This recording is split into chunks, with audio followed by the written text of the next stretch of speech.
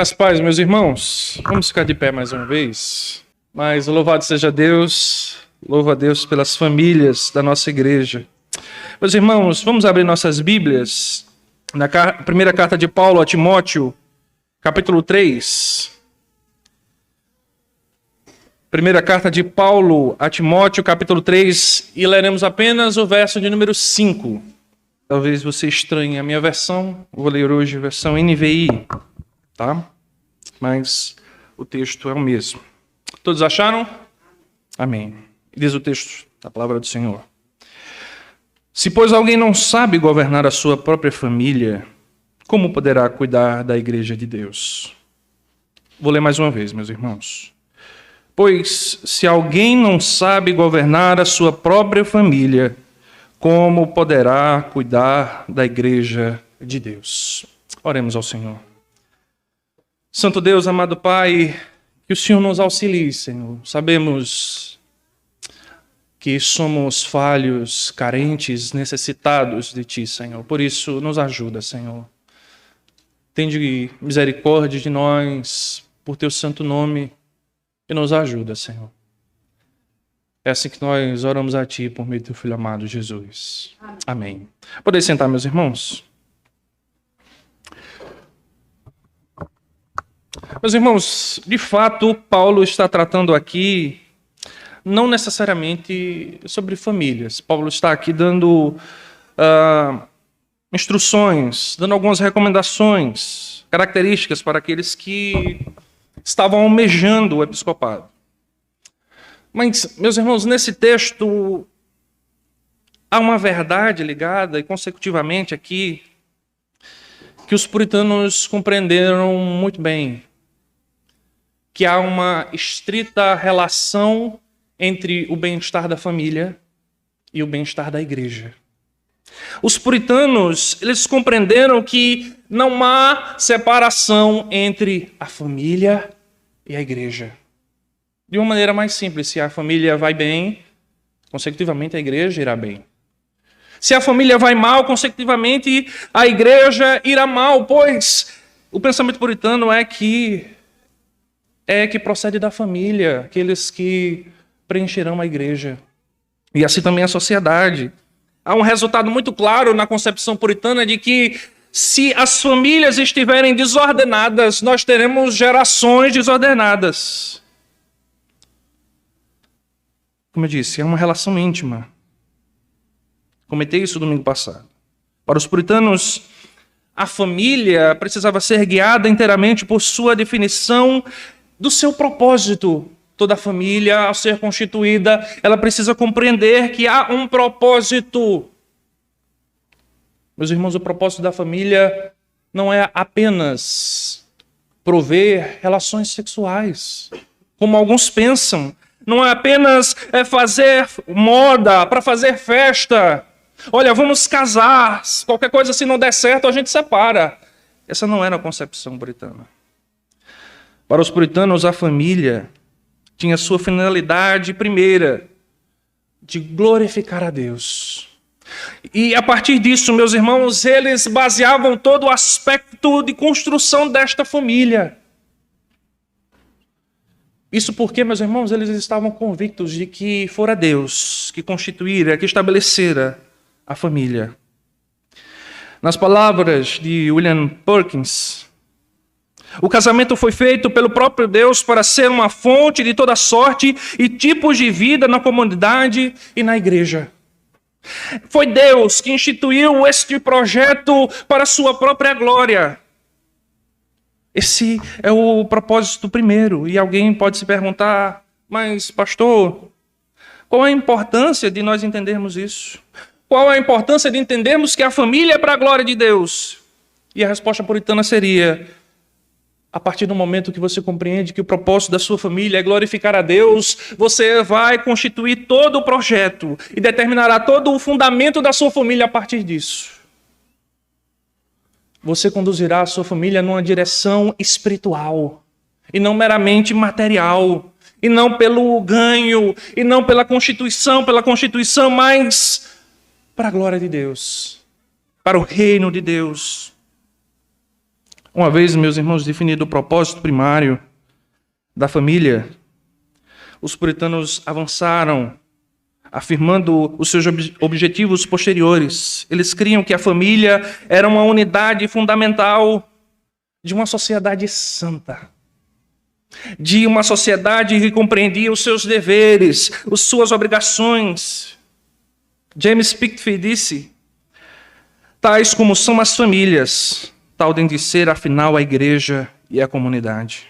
William Golding também caracteriza dizendo uma escola onde são aprendidos os primeiros princípios e fundamentos de governo e subordinação. É a família.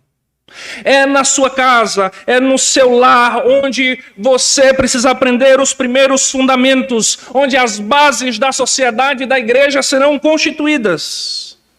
Como eu disse na semana passada, se você não construir bem essas bases, você não poderá reclamar do desempenho e do desenvolvimento da sua família. Porque, meus irmãos, nós não podemos delegar esta vocação nos dada por Deus. Não é na igreja que serão nos dadas as bases. Não será nas escolas que nós receberemos as bases, mas em casa.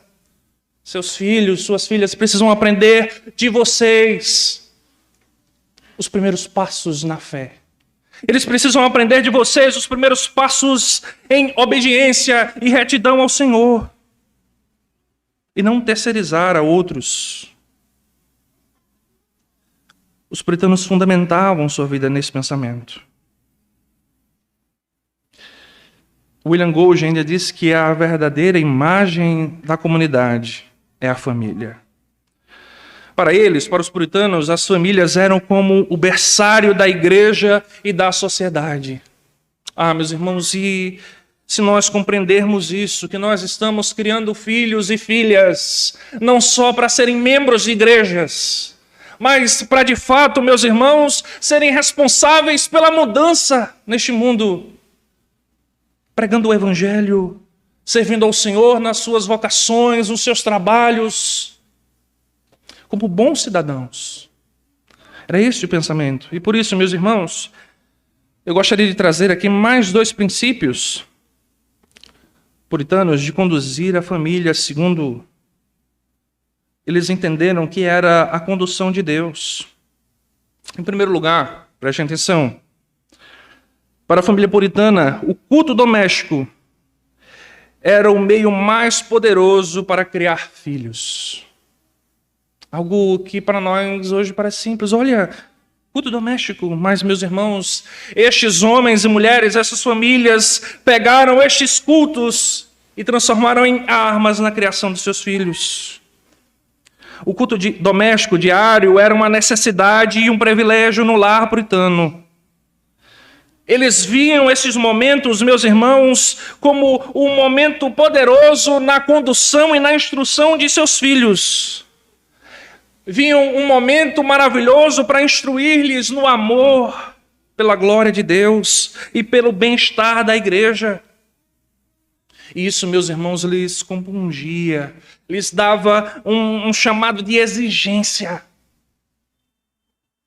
Para as famílias puritanas, o culto doméstico não era se der tempo. Olha, se der tempo, nós vamos fazer um culto ali rapidinho antes das refeições. Para a família puritana, o culto doméstico era algo primordial, era urgente. Eram momentos que não poderiam ser deixados para depois. Para os pais, deixar de liderar a família no culto a Deus era uma falha na paternidade. Pois nenhum pai poderia negligenciar o culto doméstico e manter uma boa consciência. Meus irmãos. William Whitley disse que, e preste atenção, meus irmãos, se um pai não lidera a sua família nos caminhos de Deus por meio do culto doméstico, ele mantém um lar de amigos, um seminário para o diabo, um berçário do inferno e um reino da morte. Abandonar essa vocação era estabelecer um caminho para o mundo adentrar na família. E esses cristãos não poderiam permitir que isso acontecesse. Esses cristãos iriam fundamentar a sua vida, se esforçando a cada dia para manter o seu lar firme na presença do Senhor. E certos, meus irmãos, que por si só eles seriam incapazes de conquistar isso. Por isso os puritanos criam na dependência do Senhor, que o seu Santo Espírito estaria sobre sua palavra, abençoando as suas famílias. Por isso, as famílias puritanas se reuniam para o culto 1 ou 2 vezes por dia. E, obviamente, meus irmãos, isso é uma permissão do seu tempo. Eles cultuavam a Deus quantas vezes fossem necessárias. E esses cultos domésticos puritanos incluíam alguns elementos que nós conhecemos, muito parecidos com a nossa liturgia. Nesses cultos havia oração. A oração no lar era tanto uma obrigação como um privilégio da família. Os pais puritanos oravam normalmente de 5 a 10 minutos, almejando a simplicidade, sem serem superficiais. Empenhavam-se por glorificar a Deus em suas orações, enquanto eram específicos em suas petições. Senhor, cuida da minha família. Senhor, abençoe os meus filhos para que eles não se desviem do santo caminho. Nas suas orações simples e de contrição, eles confessavam os pecados da família e pediam misericórdia. Ofereciam ações de graças pela família. Suas orações, que eram naturais, mas solenes, consistiam, meus irmãos, em simplesmente apresentar a palavra de Deus de volta para Ele. Senhor, faça-se a tua vontade, cumpra-se o teu querer em nossa família. Senhor, que o teu nome seja glorificado no meio deste pequeno povo. Esse era o desejo dessas famílias. Havia também, meus irmãos, obviamente, leitura bíblica. Isso era feito habitualmente pelo pai. O pai tem uma posição firme nestes cultos, de liderança, de autoridade. Era ele que tomava a palavra e a lia diante da sua família. Embora algumas vezes era possível delegá-las a outros que soubessem ler da família. A família lia diretamente na Bíblia, movidos pela convicção de que Deus havia dado toda a Bíblia para que o crente se tornasse completo. Eles criam, meus irmãos, que ler a Bíblia era algo tão particular e tão parte do desenvolvimento de todo ser. Assim como é parte respirar. Você precisa respirar. Você precisa se alimentar. Então, para você se desenvolver, para você se tornar um ser completo, você também precisa fazer o quê? Ler a palavra. Ah, meus irmãos, que pena que nós não entendemos assim. Em ocasiões especiais, o pai escolhia textos específicos, em momentos de ceia, em momentos solenes, em momentos de semanas de oração e jejum. E eles se deleitavam ao ler a palavra de Deus. Em terceiro lugar, meus irmãos, havia também instrução proveniente das Escrituras. Os puritanos observavam aquilo que liam, observavam as instruções como parte essencial da vida cristã. Os puritanos acreditavam que o pai deveria interagir diretamente com a sua família a respeito das verdades sagradas, através de perguntas e respostas. Ao ler a Bíblia, o pai começava a questionar: olha, você compreendeu isso aqui? Você entendeu o que está sendo dito aqui sobre essas verdades? E através disso o pai iria ensinando. E os pais deveriam fazer esses exercícios culto após culto, com diligência e paixão. Não como mera obrigação, como mera tarefa, mas com uma esperança de ver os resultados, os frutos em sua família. Ao liderar o tempo de devoções, o pai tinha como alvo permanecer puro na doutrina, relevante, ser também um exemplo. O pai não poderia ensinar as doutrinas estando em pecado. O pai não poderia ser uma pedra de tropeço para os seus filhos, assim também como para sua esposa. Por isso, ele deveria aplicar essas instruções com amor, com atitudes afáveis, com carinho. Ele fazia perguntas e estimulava as respostas. Ele procurava compreender se de fato o filho estava dando respostas prontas ou de fato havia absorvido todo o conteúdo. Bayfield disse que há 8 temas importantes e apropriados para que o pai ou para que a família instrua nos seus cultos. O temor de Deus deve ser ensinado. O significado dos sacramentos, a lei de Deus, a consideração dos juízos de Deus, as grandes obras de Deus em favor de seu povo, como esperar em Deus. Meus irmãos, deixa eu dar uma pausa aqui. Você tem instruído os seus filhos na palavra do Senhor? Buscado perceber que há temas importantes que precisam ser tocados acerca da palavra de Deus? Deixa eu ser mais particular. Quando os nossos cultos terminam, quando a palavra é exposta, você já continuou o culto na sua casa?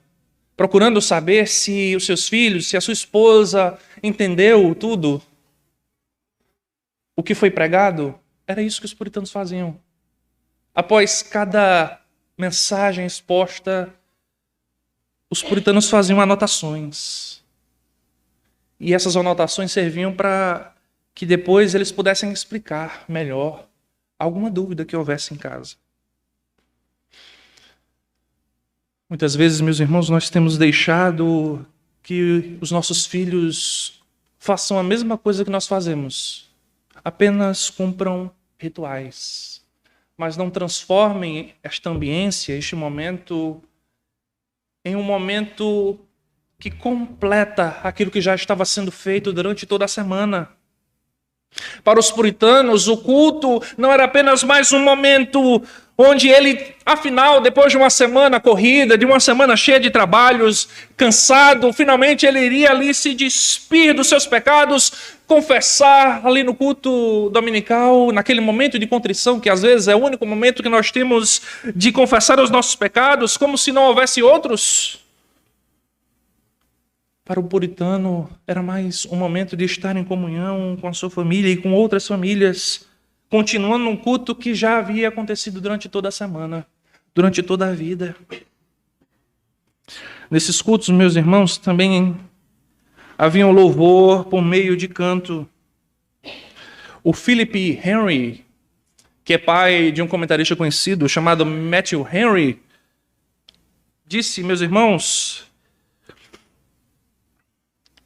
que lá no Salmo 118, verso 15, que diz, prestem atenção, nas tendas dos justos há voz de júbilo e de salvação. E o Filipe disse que se referia ao cantar diário nas tendas das famílias israelitas. E argumentou que o som de júbilo e de salvação deveria ressoar nos lares puritanos através do canto diário. Meus irmãos, louvar a Deus não é restringir a um momento de cânticos. Louvar a Deus é uma extensão de toda a nossa gratificação e glorificação a Deus. Era esse o pensamento puritano. Israel adorava a Deus em suas tendas e as famílias deveriam adorar a Deus em suas casas, cantando e louvando ao Senhor. E nesse canto diário, meus irmãos, Deus é glorificado, as famílias são edificadas. Durante o louvor em seus lares era promovido a devoção, enquanto a mente era instruída e o coração aquecido. Nós não louvamos a Deus apenas de forma mecânica, repetindo aquilo que os irmãos aqui estão fazendo. Nós louvamos a Deus com convicção daquilo que nós estamos dizendo para Ele. Nós estamos entendendo tudo aquilo que está sendo dito. E enquanto nós glorificamos a Deus, nós estamos também sendo abençoados. E por isso, meus irmãos, os puritanos compreendiam que cantar a Deus não pode ser qualquer coisa.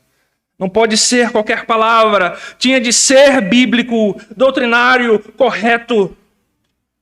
E, obviamente, feito com coração e com sentimentos. E, meus irmãos, vejam que essa liturgia puritana era bem simples. Oração, leitura bíblica, ensino e louvor. Eles gastavam pouco tempo, mas esse pouco tempo era precioso. Porque era a partir daqui que as famílias cuidavam dos seus filhos, que os pais cuidavam das suas esposas, cuidavam dos seus filhos e filhas. E a partir daí, eles os preparavam para prosseguir na vida. E esse, de fato, meus irmãos, é o segundo ponto que eu quero tratar com vocês. Se para o puritano a criação começa na concepção, vou repetir. Para o puritano, a criação começa na concepção. A partir do momento que você descobre que vai ter filhos, você começa a criá-los. Repetindo o que eu falei na semana passada, os puritanos oravam diariamente, porque eles sabiam que nasceria um pecador. E esse pecador precisaria do Evangelho. Eles clamavam ao Senhor: Senhor, tem de misericórdia, salva o meu filho, salva a minha filha. Confiantes, crentes que o Senhor derramaria a sua graça e misericórdia.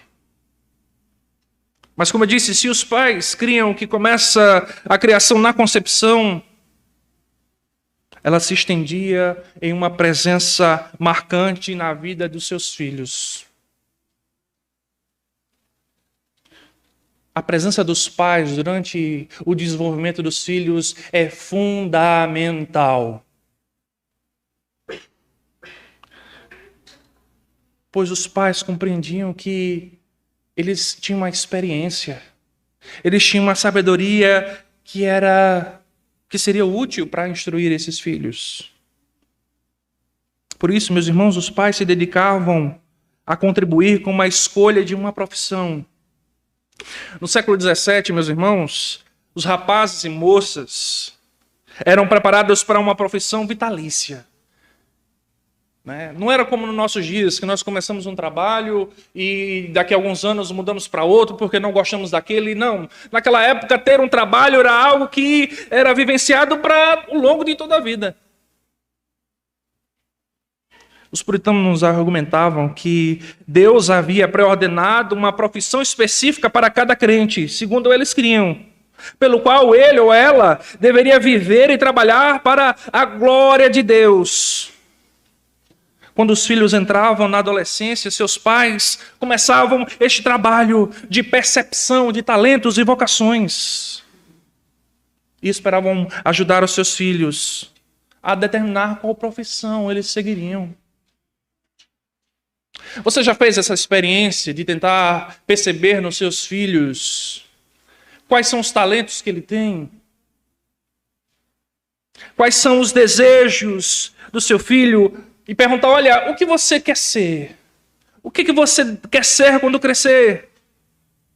E ajudar o seu filho a prosseguir nesse caminho, o estimulando, o ajudando, ou a seguir para outro, fazendo-o perceber que de fato ele possui mais aptidões para uma área do que para outra. Adams resumiu bem a tarefa dos pais. Prestem atenção, meus irmãos. Os pais cristãos se preocupam não somente em treinar os filhos para os negócios do mundo, mas também em fazer o que puderem para promover-lhes uma profissão ou vocação honesta, apropriada e útil, pela qual podem servir a sua geração. conforme a vontade de Deus, com as habilidades que Ele lhes deu e com as inclinações que implantou neles, por meio do que podem promover para o reino de Cristo. Jovens, vocês já pararam para perguntar a Deus qual é a vocação que Ele tem para vocês? Qual é o desejo de Deus para as suas vidas? Se não, perguntem. Falem com Deus. Senhor, o que o Senhor quer que eu faça? Qual é o teu desejo, Senhor? Como eu posso contribuir para promover o teu reino com a minha carreira, com a minha vida? Nós não podemos, meus irmãos, restringir o ato da vocação apenas ao conceito ministerial. De fato, alguns de vocês poderão apresentar qualificações, habilidades para o ministério. Mas, meus irmãos, o chamado vocacional de Deus está para todas as profissões. Em todas elas você poderá glorificar a Deus. Em todas elas você servirá ao Senhor como um crente. Lembrem-se, não há separações entre crentes e trabalhadores. Você, quando sai daqui, não deixa uma roupinha ali atrás da porta. A sua roupinha de ovelha, de crente. Não. Você é crente o tempo todo. Você glorifica a Deus o tempo todo. Você serve a Deus o tempo todo. Era esse o desejo dos pais. Que os filhos trabalhassem e fossem desenvolvidos em suas carreiras com o fim de glorificar a Deus. Pois esse é o conceito fundamental da família.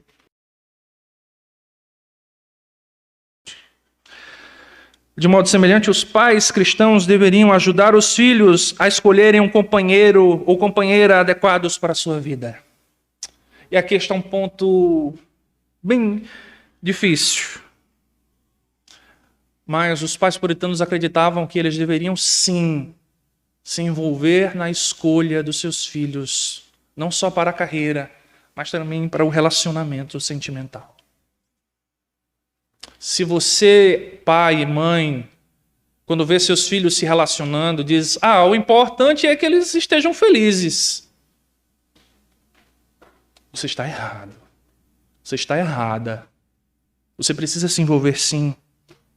Veja, meus irmãos, ao pensamento puritano. Os puritanos desenvolveram critérios pessoais. Desenvolveram pontos que, para eles, o cônjuge deveria passar por eles. Ele deveria ter os elementos.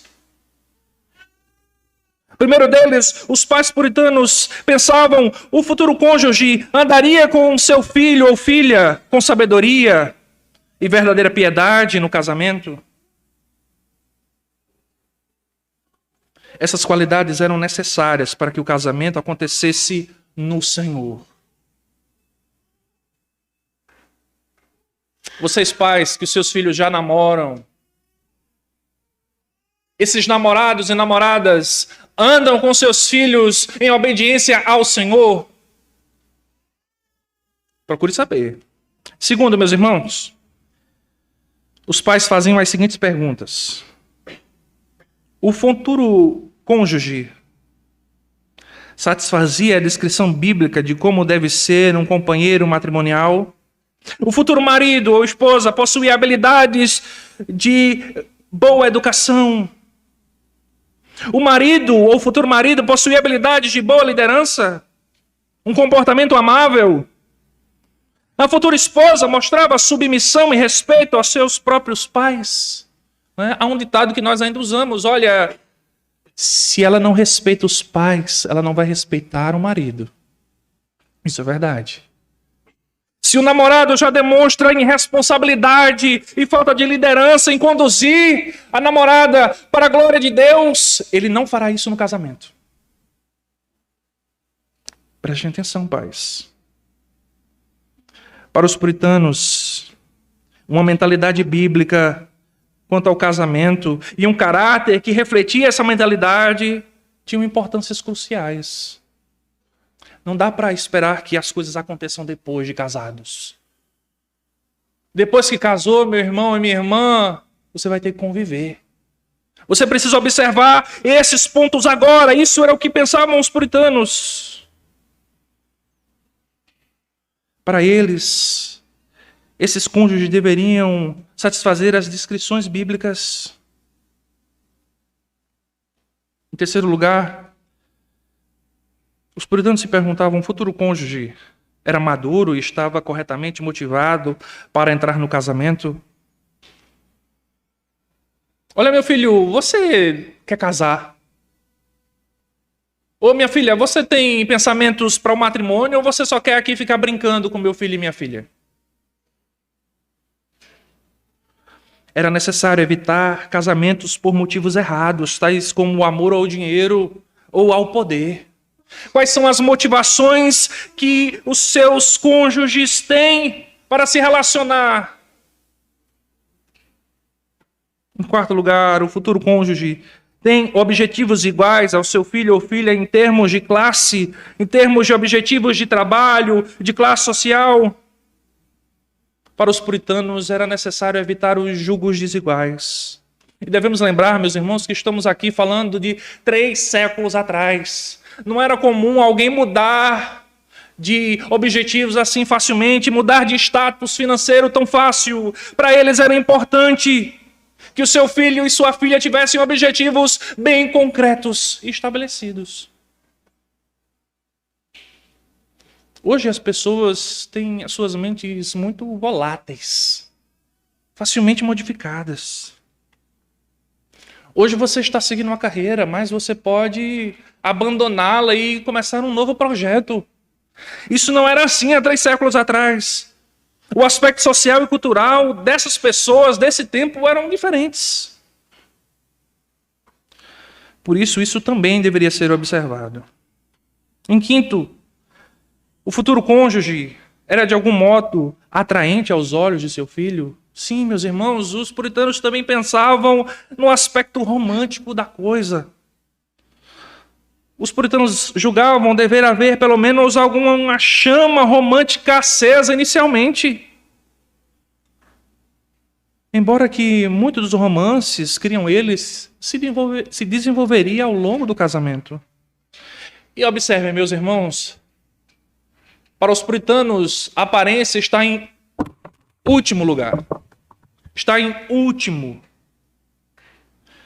É o menos importante na questão com qual se preocupar. Os casamentos eram edificados mais sobre o caráter do que sobre a aparência. Você jovem, você adolescente, menino e menina, quando pensar em se relacionar, se preocupe primeiro com o caráter, para depois pensar na aparência. Os pastores puritanos também se envolviam, de certa forma, neste trabalho dos pais, dando-lhe conselhos para que os pais e filhos abandonassem alguns exageros, alguns extremos. Os pais não deveriam obrigar, exigir que os filhos aceitassem alguma profissão ou algum relacionamento só porque o pai queria, porque queria. De fato, para a constituição familiar, o mandamento do pai, a ordenança do pai, a sua autoridade era algo inviolável. Mas para esse aspecto os pais deveriam ponderar que o Senhor estava agindo na vida de seus filhos. O dever do pai seria aconselhar, instruir e mover para que o filho tomasse a melhor decisão, mas jamais obrigá-lo. O pai deve ser a ponte que conduz o filho à sabedoria. O pai jamais pode buscar levar o seu filho à ira e se envolver em relacionamentos ou em profissões por suas próprias motivações. Essa história de realizarmos os nossos objetivos por meio de nossos filhos não era algo que passava pela mente dos puritanos. Os pastores puritanos também conduziam os filhos a não rejeitarem de pronto o conselho dos pais. Ah, pai, eu não gosto dessa menina. Ah, pai, eu não gosto desse trabalho. Eu quero ficar em casa, jogando videogame. Eu quero ficar em casa. Eu quero me relacionar com quem eu quiser. Os jovens deveriam compreender que seus pais tinham mais sabedoria, mais experiência. E por isso eles tinham algo a oferecer. Eles já passaram por isso. E para eles, quando o conselho dos pais diferia substancialmente do desejo do filho ou da filha, o rapaz ou moça deveria orar a respeito do conselho e considerá-lo com seriedade. Antes que necessário, dissesse aos pais a respeito com amor e cordialidade que não seguiria por esse caminho. Filho, meninos e meninas, vocês devem observar aquilo que os pais de vocês estão dizendo. A mente puritana ensinava aos seus filhos que era preciso ter obediência. Era preciso respeitar a opinião dos seus pais. Essa história do filho dizer, pai, você não me entende. Você não sabe o que eu passo. Você não está na minha cabeça. Isso não era algo que não passava pela mente dos puritanos. Porque os filhos sabiam que os pais estavam os orientando com amor. Porque queriam eles bem. Porque queriam que seus filhos entrassem em profissões, em relacionamentos para glorificar a Deus. E por fim, meus irmãos, estou terminando. Apenas 3 conclusões, bem rápidas. Somente quando nós pararmos para compreender e nos despertarmos para o real propósito de nossas famílias como sendo inegavelmente para a glória de Deus, somente assim nós conseguiremos conduzir a nossa família com uma visão objetiva, não perdidos. Os novos pais, e eu me coloco nesse grupo, estão perdidos. O que eu farei? Como será? A base da criação dos seus filhos é para a glória de Deus. Precisamos compreender isso, nos despertar para isso. As famílias não são para encher as igrejas. As famílias são para glorificar a Deus. Seu filho e sua filha devem ser meios de glorificação ao Senhor. Você, marido, você, esposa, devem glorificar a Deus com suas vidas. Segundo lugar, segunda conclusão que nós temos com o pensamento puritano. Na visão puritana, os pais são chamados a conduzir a vida espiritual dos seus filhos. Essa tarefa, eu vou repetir, essa tarefa não é terceirizada para a igreja. Essa tarefa é de vocês. Vocês devem ensinar os fundamentos. Ah, pastor, mas o meu filho... Você está ensinando os princípios, as bases? Se sim, meu irmão, confie no Senhor, descanse em Deus, pois Ele fará o melhor. Não dá para você reclamar sem ter ensinado, sem ter entendido o que você foi chamado para ensinar. Ah, pastor, as escolas só ensinam ideologias. Mas você está preparando o seu filho para enfrentar essas ideologias? Você está ensinando ele em casa, dando as bases, os princípios, as armas, para que ele chegue lá diante daquele professor ou professora fascista, comunista, petista, seja lá o ista que ele for, e dizer, eu não creio assim. A palavra de Deus não me ensina dessa forma. Ou você está deixando ele sozinho, desarmado. Ah, meus irmãos, eles certamente perderão essa batalha.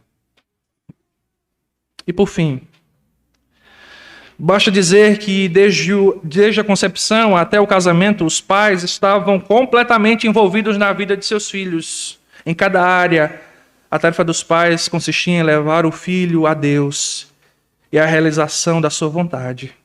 Os pais puritanos esperavam em oração a bênção de Deus sobre seus esforços. A partir daí, o processo se conduziria até um matrimônio. Vejam, a criação começa na concepção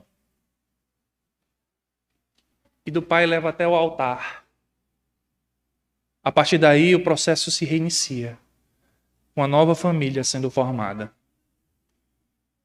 Pai, mãe, se envolvam com a vida de seus filhos. Não basta só reclamar, não basta só dizer o que deve ou não deve fazer, mas se envolva. Não abandone os seus filhos e filhas, pois depois não dá para reclamar. Senhor, no que foi que eu errei? Deus está te dizendo em que você está errando. Há tempo de corrigir os nossos caminhos. Meus irmãos, os puritanos, de fato, não têm a totalidade daquilo que nós poderíamos considerar como o correto. Muitos deles se enganaram, alguns mudaram suas opiniões, e muitos dos puritanos não concordavam com tudo entre si. Mas se há um ponto que liga todos os puritanos é o seu amor pela sua família. Não deixe que esses pensamentos sobre família, sobre seus filhos, encerre agora no mês de maio. Este mês é importante para que nós reaprendamos alguns pontos, mas continue, invista em seus filhos, invista na sua família. Amém? Vamos orar a Deus. Desculpa, meus irmãos, passei alguns minutos, mas vamos orar ao Senhor. Senhor Deus e Pai, clamamos a Ti, Senhor, crendo que o Senhor é o Senhor das famílias, que o Senhor nos chamou para nos constituirmos em famílias e a partir dessas famílias glorificarmos o Teu santo nome. Te pedimos, Senhor, por cada família dessa igreja neste momento, Senhor, por cada pai, cada mãe, cada filho e filha, Senhor. Sabemos, Senhor, que suas mentes, ó Deus, muitas vezes estão cheias de afazeres, cheias de preocupações. Mas nos desperta, Senhor, para amarmos os nossos filhos e cuidarmos da sua vida espiritual, para nos envolvermos com eles, Senhor, em amor e compaixão e fé. Nos ajuda, enquanto filhos, Senhor, a respeitarmos os nossos pais, a amarmos os nossos pais, sabendo que eles só querem o nosso melhor. Ó Senhor, nos ajuda, enquanto filhos, a glorificar o Teu santo nome, seja em nosso trabalho, seja em nossos relacionamentos. Mas, Senhor, em tudo que façamos para a Tua glória. É assim que nós oramos a Ti, em nome do Teu Filho amado Jesus Cristo. Amém.